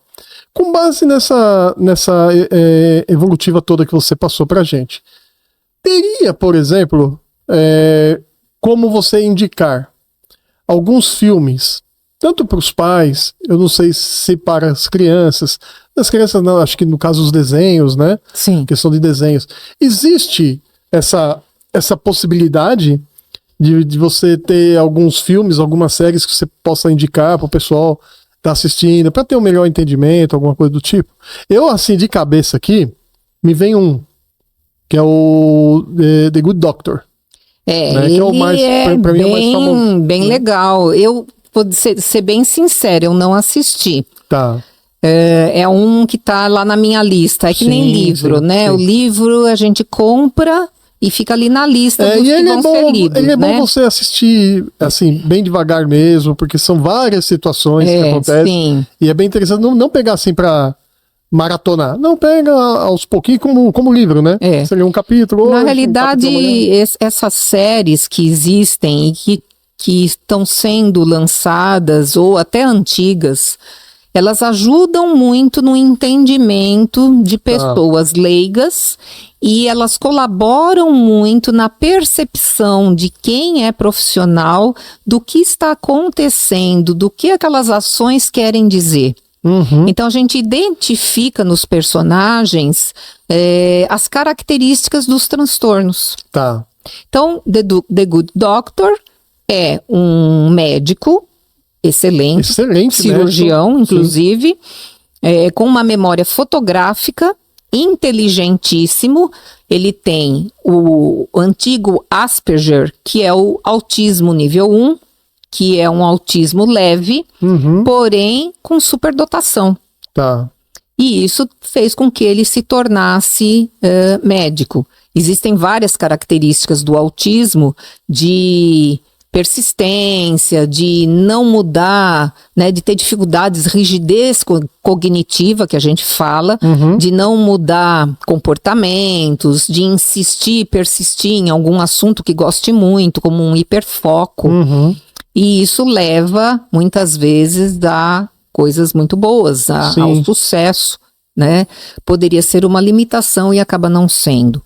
Mas como eu não assisti, eu estou dizendo pelo que eu vejo das chamadas, uns pedacinhos que às vezes a gente vê na televisão e tal. Excelente. Eu acho que essa é uma indicação para se saber um pouco da vida do adulto com autismo. Tá. Mas aí eu tenho algumas ideias legais que eu acho que vale a pena assistir, que eu maratonei. Ó, anota aí, hein, gente. Anota aí, ó. Pega aí o papelzinho, canetinha. Anota que é muito bom. Anota. O Jovem Sheldon. O Jovem Sheldon. Você assistiu? Não, eu assisti o The Big Bang Theory, né? Que já dá para ter uma ideia, assim, gigantesca de quem é o Sheldon. Né? Eu assisti ao contrário. Eu comecei a assistir este primeiro, não gostei, o The Big Bang Theory. Não gostou? Não gostei dos primeiros episódios. E aí me falaram do Jovem Sheldon, que é ele na infância. Isso. Como eu tenho uma ligação muito especial com crianças, eu falei, eu vou começar por esse. Quem sabe me dá um up para eu assistir o outro. Então eu assisti. E assim, ilustra muito bem uma família com 3 filhos, sendo que um mais velho, podemos dizer que até limitado nas suas colocações. A menina já é um pouco mais saidinha, já é mais moderninha, quer fazer coisas que teoricamente os pais não fariam, mas faziam, escondido, lógico, na adolescência deles. E o Sheldon, que é um garotinho, no início da série, se eu não me engano, ele tá com uns 9 anos, 8, 9 anos, extremamente inteligente, só que extremamente literal nos seus entendimentos, nas suas ações, nas suas birras de não querer fazer e de manter a palavra de acordo com aquilo que ele achava que era certo. Tanto inteligente que foi promovido da escola primária para o fundamental e do fundamental para a faculdade. Né? Então ele tinha 11, 12 anos, ele já estava na universidade, discutindo teorias de física com os professores. Né? Então, só que assim, não mostra só essa parte, né? Mostra o dia a dia dessa família. O quanto essa família batalha, o quanto eles tiveram dificuldade para entender e o quanto eles lidam bem com isso. E quando ele se frustra, como é a conversa que esses pais têm com ele. Tem até um trechinho que eu lembrei agora, que também eu vi numa publicação qualquer aí do Insta, do Face, não sei, que ele tinha sido frustrado por um não que o pai falou e ele tinha feito uma proposta de que ele ia fazer uma coisa completamente diferente do que ele estava acostumado a fazer. E ele deu o máximo que ele podia, acordou cedo, ele tinha que juntar dinheiro para ganhar, para poder comprar ou pagar alguma coisa. Então o pai falou para ele, você vai trabalhar para você juntar o seu dinheiro, para você ver como isso é. E ele foi, eu vou fazer. E foi, e se empenhou. E acordava de madrugada, foi entregar jornal, foi fazer, não sei se você assistiu, se você sabe. Não vi, essa parte não vi. Só que isso esgotou ele, porque ele não estava tendo o tempo que ele achava que ele precisava ter para estudar, porque é extremamente Ele tinha uma dinâmica, dinâmica, né? Autodidata, mas também extremamente se cobrava muito, né? Perfeccionista. E aí, isso estava impedindo dele conseguir fazer o que ele realmente gostava. E mesmo assim, trabalhando pra caramba, ele não conseguiu juntar o dinheiro que precisava. E naquele dia ele ficou muito bravo, levantou da mesa, não quis comer, foi pro quarto, bateu a porta. Uma atitude típica de um adolescente de 11, 12 anos. E nesse dia o pai sentou para conversar com ele.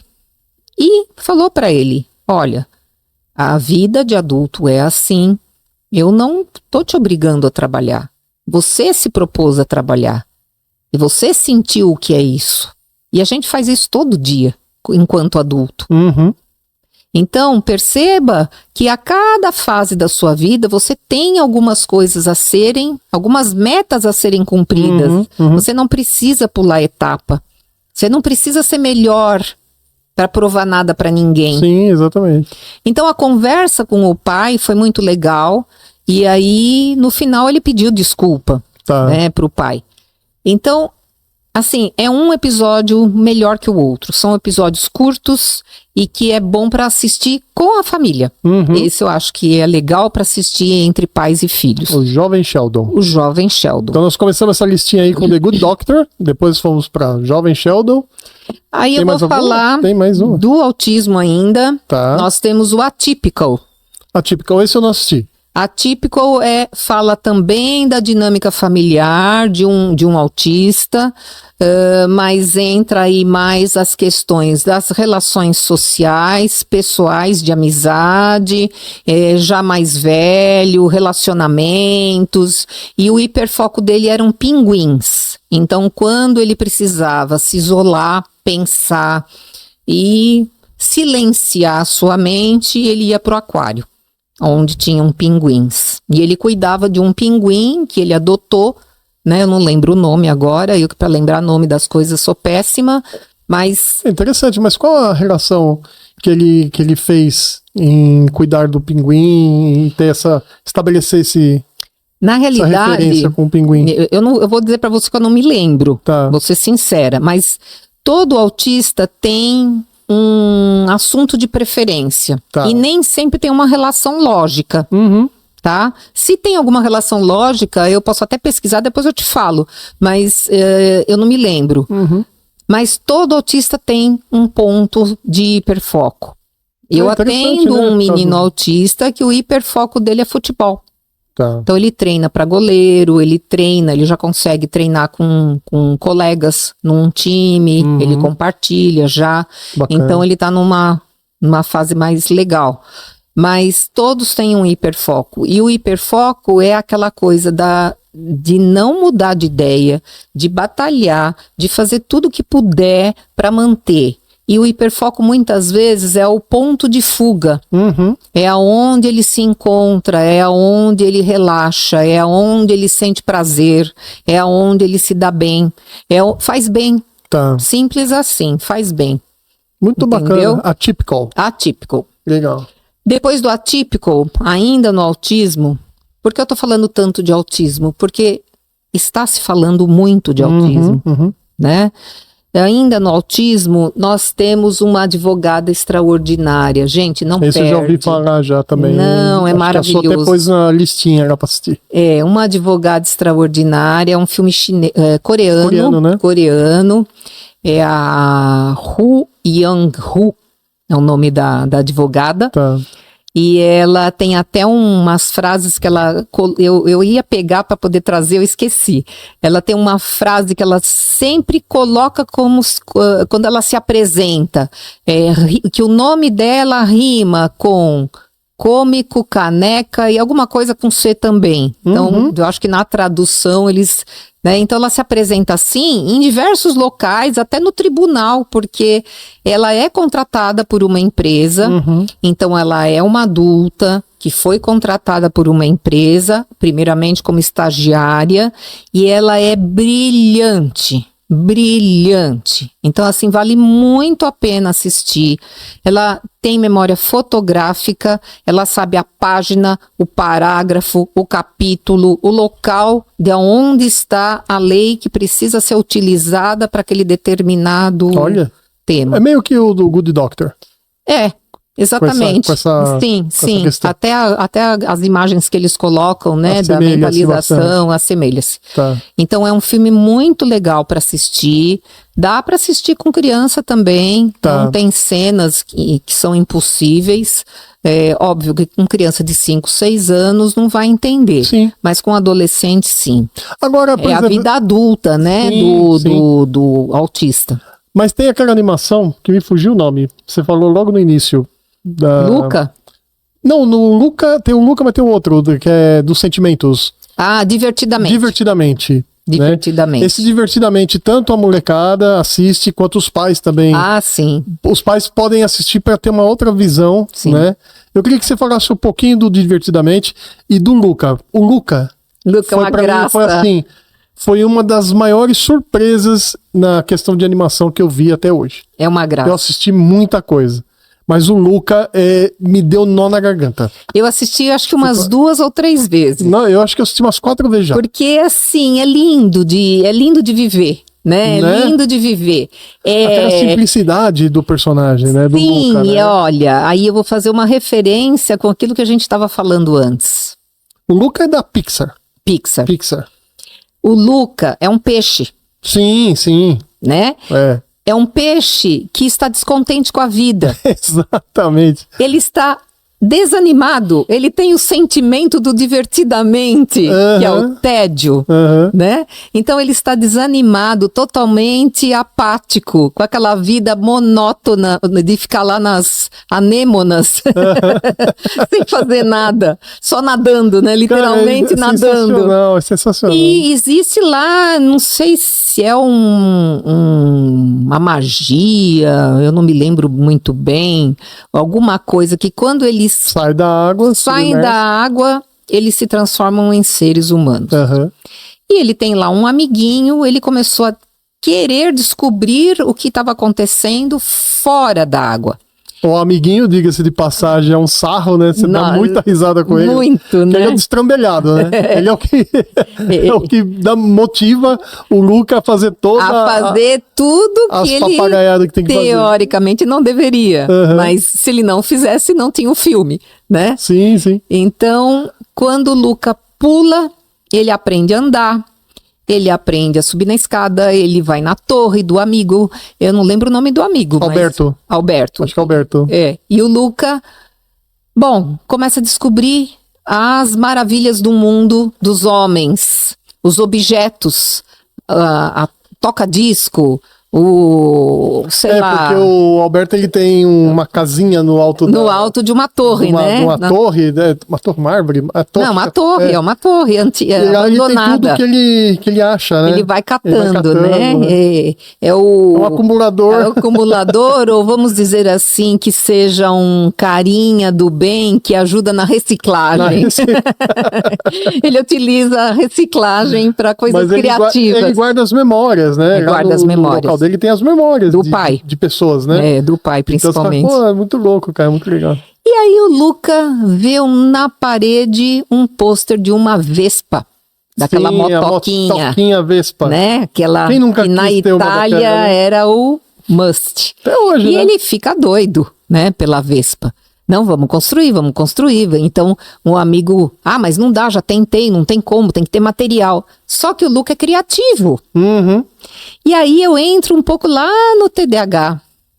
Tanto o amigo dele quanto ele tem características hiperativas, mas tem características de criatividade. E o TDAH, a maioria das crianças que eu já atendi com TDAH são extremamente criativas. Elas vão muito bem nas artes, na música, na dança, no desenho. Você não tem noção nos esportes, você não tem noção do que se esses talentos forem ou fossem bem valorizados, como essas crianças iriam melhorar nos seus rendimentos de escola também, a partir desse incentivo, né? Vamos dizer assim. E o amiguinho lá do Luca, Alberto, né? Você Alberto. falou? O Alberto tem uma cabeça também que não para quieta, Não, como a do nem um TDAH. E a do Luca também não. Então, ele conta lá pra ele que quando a cabeça tá muito barulhenta, ele chama a cabeça dele de Bruno. Uhum. E aí, é muito engraçado, porque o meu genro chama Bruno, né, Bruno? E o meu genro fala pelos cotovelos, tipo eu. E aí a gente fala, silêncio, Bruno, que é o que ele falava pro Luca, Sim. pra cabeça sossegar, para ele se concentrar, para poder planejar a Vespinha. E na hora que a Vespinha feita de madeira, de cabide, de lata, de não sei o que, vai descer aquela rampa, né? Despedaça inteira e o Luca morrendo de medo, agarra no amigo. Silêncio, Bruno, silêncio, Bruno, silêncio, Bruno, silêncio, Bruno, né? Porque o medo era maior. Sim, sim. Mas é muito bonitinho o filme. Não, é demais. A mensagem que o desenho se propõe a passar é O papel dos pais na educação, a avó que cuida, né? A avó peixona, que ainda tenta encobrir aí lá. Aí tem o malvadão, né? Que tem a vespa, a melhor vespa da cidade. Né, o todo poderoso. Tem a amiguinha que dá mó incentivo, né? Sim, e eles não podem se molhar, né? Eles não podem se molhar. Se eles se molham, cai um pingo d'água, eles viram peixe no meio da cidade. Exatamente. Ai, bati no microfone, desculpa. Não tem problema. Muito bom. E o Divertidamente? Vamos lá. O Divertidamente... Que o Divertidamente é... eu assisti umas 3 vezes. Eu já assisti, acho que umas 2 ou 3 vezes também. O 1 eu assisti em casa. O 2 eu fui no cinema. Fiz questão de ir no cinema. Mas já assisti em casa também de novo. É assim. Todos nós, seres humanos, temos emoções. E não é diferente a criança. O desenvolvimento da criança passa por desenvolvimento físico, mental e emocional.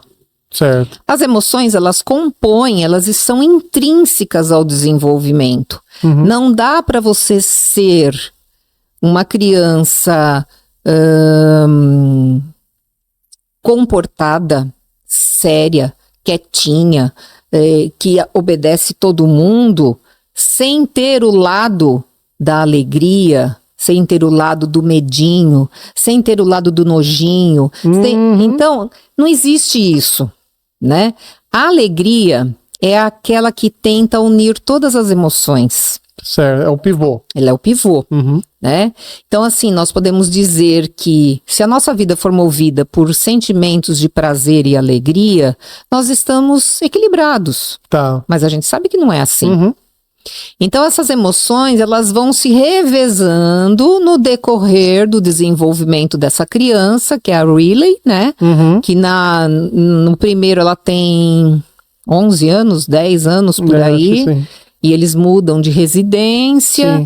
E aí começam os conflitos, né? Os sentimentos começam a aflorar. Porque de bebezinho são só sorrisos. São aquelas memórias gostosas, são aquelas memórias de afago, de carinho. Às vezes a introdução alimentar de um alimento meio diferente, meio pegajoso, ou um brócolis, né, como aparece, então vem o nojinho. Então todas essas emoções, elas fazem parte do desenvolvimento de qualquer criança. Sim. Se elas estiverem em demasia, existe algum desequilíbrio. Então é isso que a gente precisa observar. Tá? Então, esta criança tem muito medo, não fala com ninguém, se esconde, é uma criança muito triste, é muito envergonhada, é uma criança muito para baixo. Aí a gente já precisa pensar o que está acontecendo. De forma geral, esses sentimentos, essas emoções se misturam. A gente não é só feliz ou só com medo, ou a gente não está com raiva o tempo todo, nem a gente está com medo o tempo todo, nem a gente está com nojo de tudo. Nós temos essas misturas de emoções que nos protegem e que vão formando memórias, boas ou não tão boas, de acordo com aquilo que nós vivemos. De acordo com aquilo que a criança vive. Sim. O seu desenvolvimento saudável vai se dar mediante um ambiente propício e saudável. E esse saudável não é só de uma boa alimentação, de uma boa casa, de uma boa família, mas é de emoções saudáveis. Quando os pais reforçam a família, reforçam sentimentos positivos, elogios, carinho, essas memórias vão ficando. Eu tenho um exemplo. Quando a mãe, após ter o bebê, muitas vezes as mulheres têm depressão pós-parto. Ela vai trocar a fralda desse bebê, mesmo que sem intenção, ela começa a tirar aquela fralda, ela tá nervosa, ela tá deprimida, ela tá ansiosa, ela não sabe o que ela sente, ela chora, ela ri, ela sente tudo. Então, ela vai trocar essa fralda desse bebê e ela pega e troca com raiva. Ai, esse nenê tem que tirar a fralda, que faz muito cocô, porque não sei o quê, ai que droga, eu não tô com vontade. Então ela vai passar essa energia em todas as trocas de fralda.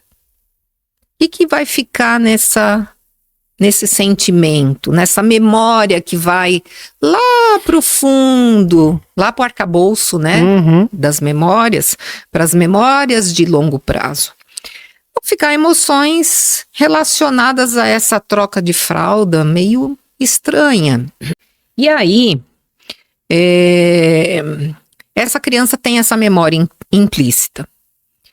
Ao passo que se essa mãe troca essa fralda dessa criança com alegria, brincando, conversando, sorrindo, fazendo coceguinha, cantando, a memória é outra.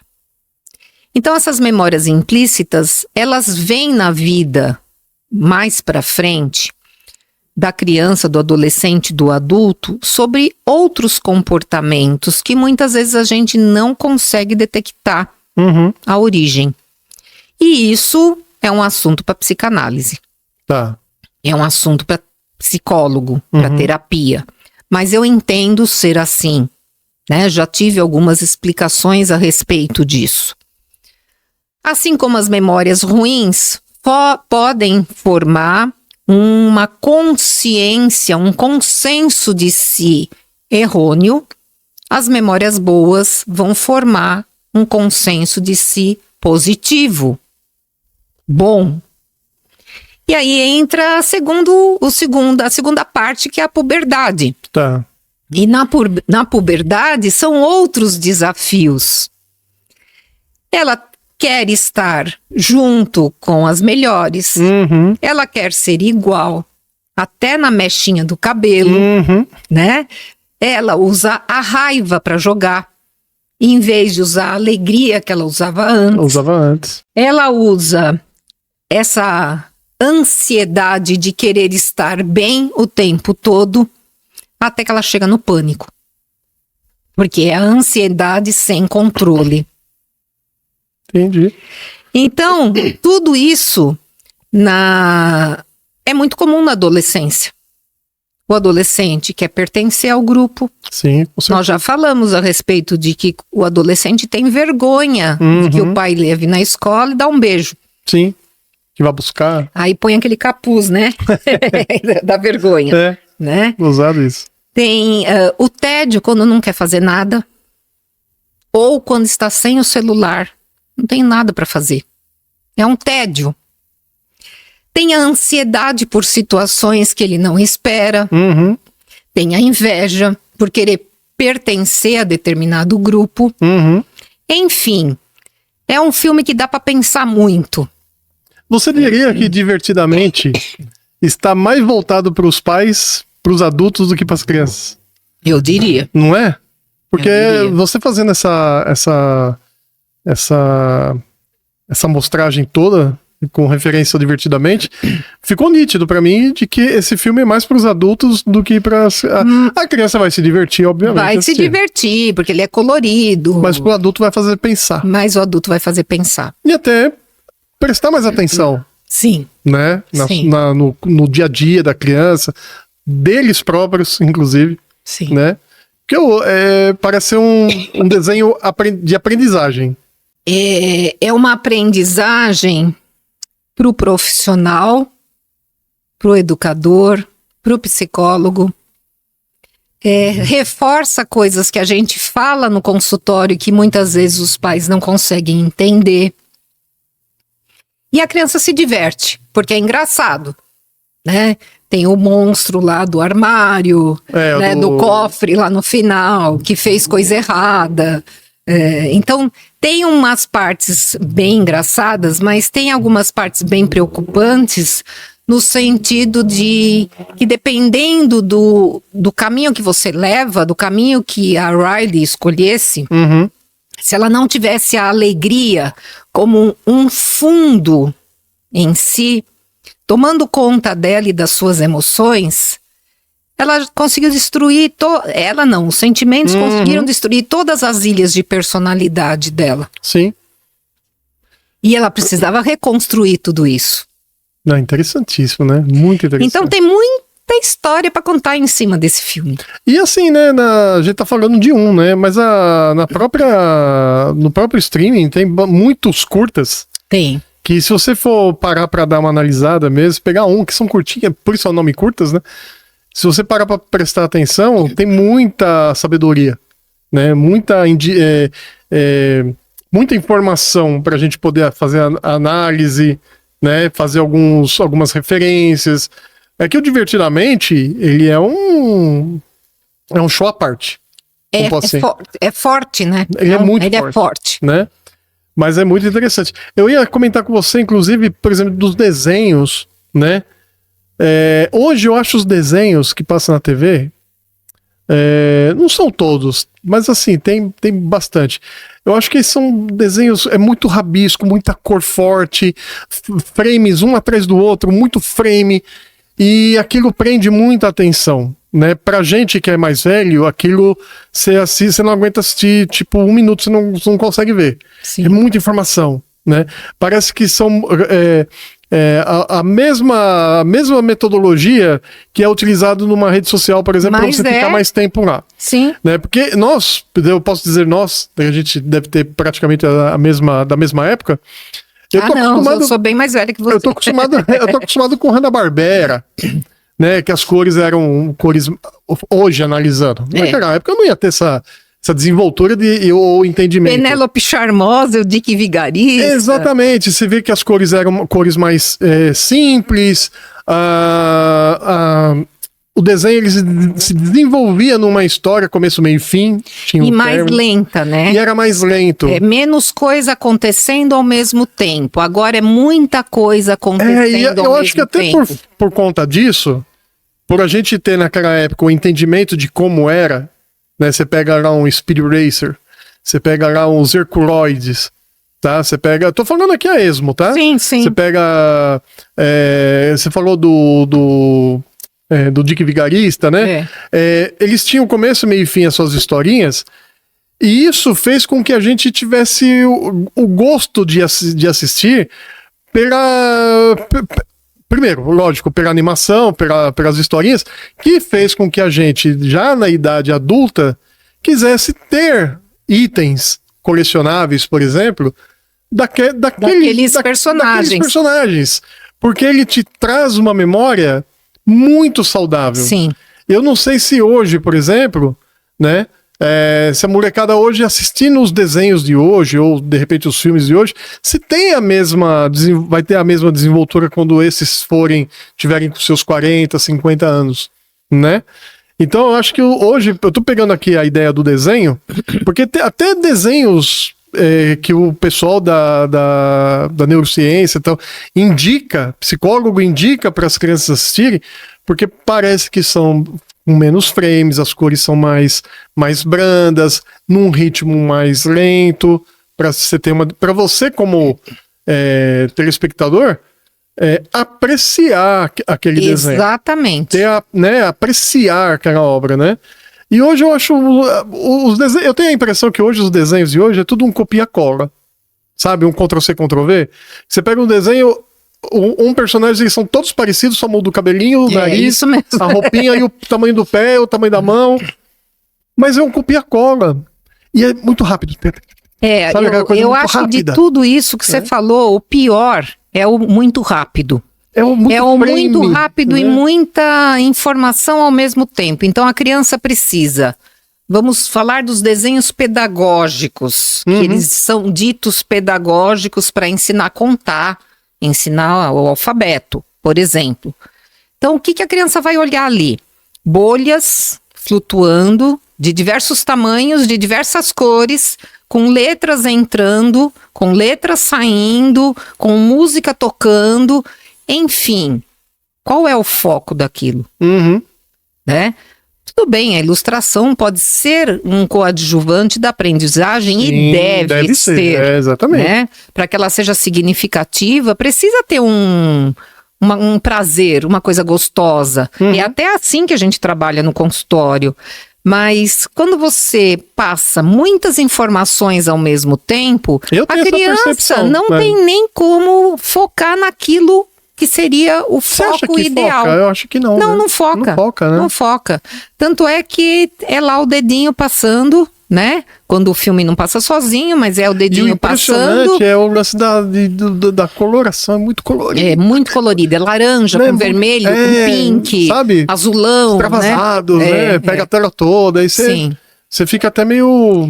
E aí a gente vai ver Cansativo crianças de ver. pequenas com graus altos de miopia Aí, ou de astigmatismo, né? Sim. Que é o foco para perto. sim, E precisando usar óculos muito cedo.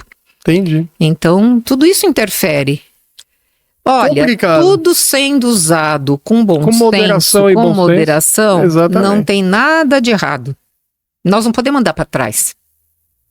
É daqui para frente, É daqui pra frente, mas tem que ter moderação. com certeza. Graças a Deus as escolas, existe a lei agora que as escolas não podem mais permitir o uso de celular, né? Então as crianças têm que deixar desligado dentro da mochila, não levar ou pôr num armário. Uhum, E isso é excelente. sim. A interação no recreio, a interação com os professores, melhorou tudo. Sim. Melhorou tudo, porque eles punham fone de ouvido, fingiam que estavam assistindo aula e estavam jogando, estavam apostando, estavam vendo vídeos e outras coisas que Então, mas não se você- assistindo aula. Mas se você vê, né, isso pode ampliar isso, esse tipo de problema, você pode ampliar para todas as faixas de idade. Sim, Tem, por exemplo, em casa mesmo, a gente até brinca, põe o cestinho lá, vai visita em casa, o celular vai no cestinho. Não, porque Tá nós estamos aqui certo. para confraternizar, para conversar, jogar, falar besteira. Falar abobrinha. Falar abobrinha, dar risada, assistir um filme, depois falar de filmes, É. né? Até comentei aqui com um dos convidados aqui, o Giba lá da locadora Charada, a locadora ainda aberta em São Paulo. Locadora, né? Locadora de vídeo, ainda aberta, VHS o cara tem ainda. Nossa. Meu, show de bola, vocês precisam ver. Episódio número 7, acompanha lá. Tava comentando com ele, né, que antigamente... Né? Hoje tem um negócio assim, eu até entendo, até acho bacana e interessante, mas pra mim não faz muito efeito. O pessoal fala assim, você assistiu, vamos supor, Lúcio, assistiu o filme e tal. Não me conta, não me dá spoiler, porque eu detesto spoiler. Antigamente, na minha época, a gente sentava na escada da casa da minha mãe, que era uma escada externa, não tinha telhado, era uma escada que dava pra calçada. Sentava lá 15 amigos meus, tá? Todo mundo lá. Aí tinha um ou dois que tinham assistido um filme e tal. Aí esse um ou dois contava o filme todo pra gente. E era divertido. E a gente ficava como se a gente tivesse no cinema. Então a gente perdeu um pouco a simplicidade e a gente criou-se muitas regras bobas para outras coisas que, sabe, o lance do celular. Você vai pra casa de alguém, você tem que ter, porque uma emergência te liga. Põe no Vibracall, deixa lá guardadinho, né? Mas você tá na casa da sua família, você tá com seus pais, tá com seus filhos são casados, você vai visitar seus filhos, seus netos, pra ficar... Cada um no seu celular, né? Não. Todos juntos e ao mesmo tempo separados. Uma vez, isso é verdade, tá? Isso é verdade. Tava eu e a Sô, né, almoçando no shopping, tá? Não vou falar o nome do shopping, mas almoçando no shopping, que a gente tava com os horários um pouco mais tranquilos, era uma quarta-feira. Nós sentamos numa mesa, na mesa do lado tinha um rapaz, uma moça e o filho.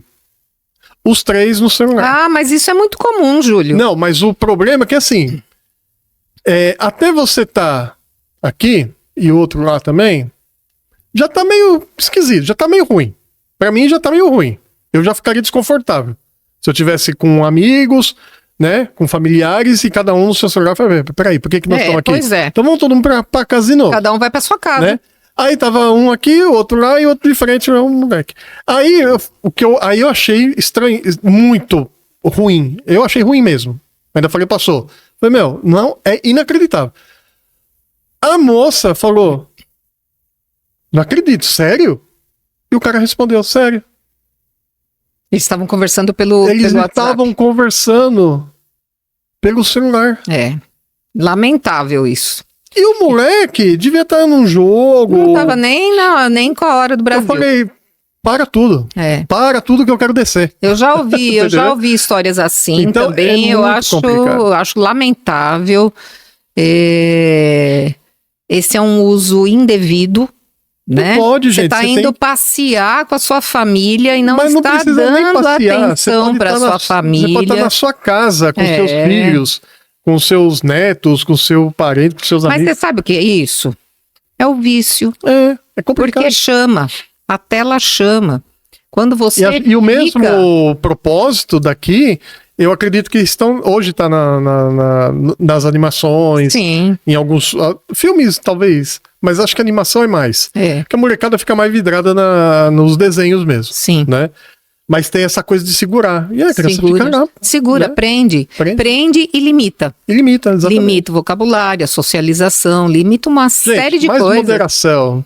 Pode usar, mas é moderação. Né? Concordo com você plenamente. Não é? Lúcia, nós já estamos aqui chegando ao nosso finalzinho do nosso episódio número 10 aqui, hein? Chegamos no 10.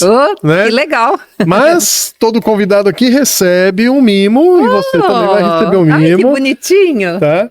Esse é diferente porque normalmente o pessoal ganha uma sacolinha, só que a minha sacolinha acabou. Mas é bonitinho. Essa aí é uma mochilinha. Pode abrir? Pode. Eu já tô abrindo? Pode abrir, fica à vontade. Aí é um mimozinho pra você. Não acredito, gente. Ninguém sabe que eu sou a maior corujeira da paróquia. Eu falei, passou, já sei. Muito já obrigada. sei qual vai ser o mimo pra ela. Vai ser Amei. E essa aí é uma mochilinha, né? Que você pode utilizar pra carregar. Muito carregar obrigada, suas coisas e tal. Agradeço. Tá certo? Então, muito obrigado pela sua participação. Agradeço o seu convite, foi muito legal conversar com você. Eu acho que a gente falou de coisas que eu nem imaginava que nós iríamos falar. Sim. Foi muito gostoso. E tem assunto ainda para mais de metro. Mas aí a gente volta aí a marcar um próximo episódio, né? E aí a gente... vai abordar. Mas pensem assim com carinho nos filmes, nas animações. Sim. Eu acho que os curtas são bem legais, transmitem mensagens muito, muito rapidamente, né? Não rapidamente de acelerada, mas mensagens curtas, né? Como o próprio nome diz. Eu ainda indico o Cuerdas. O Cuerdas é um filme espanhol muito legal, de uma criança com paralisia cerebral, que é acolhida por uma menina, por uma aluna da classe, e um sobre bullying, que chama Low.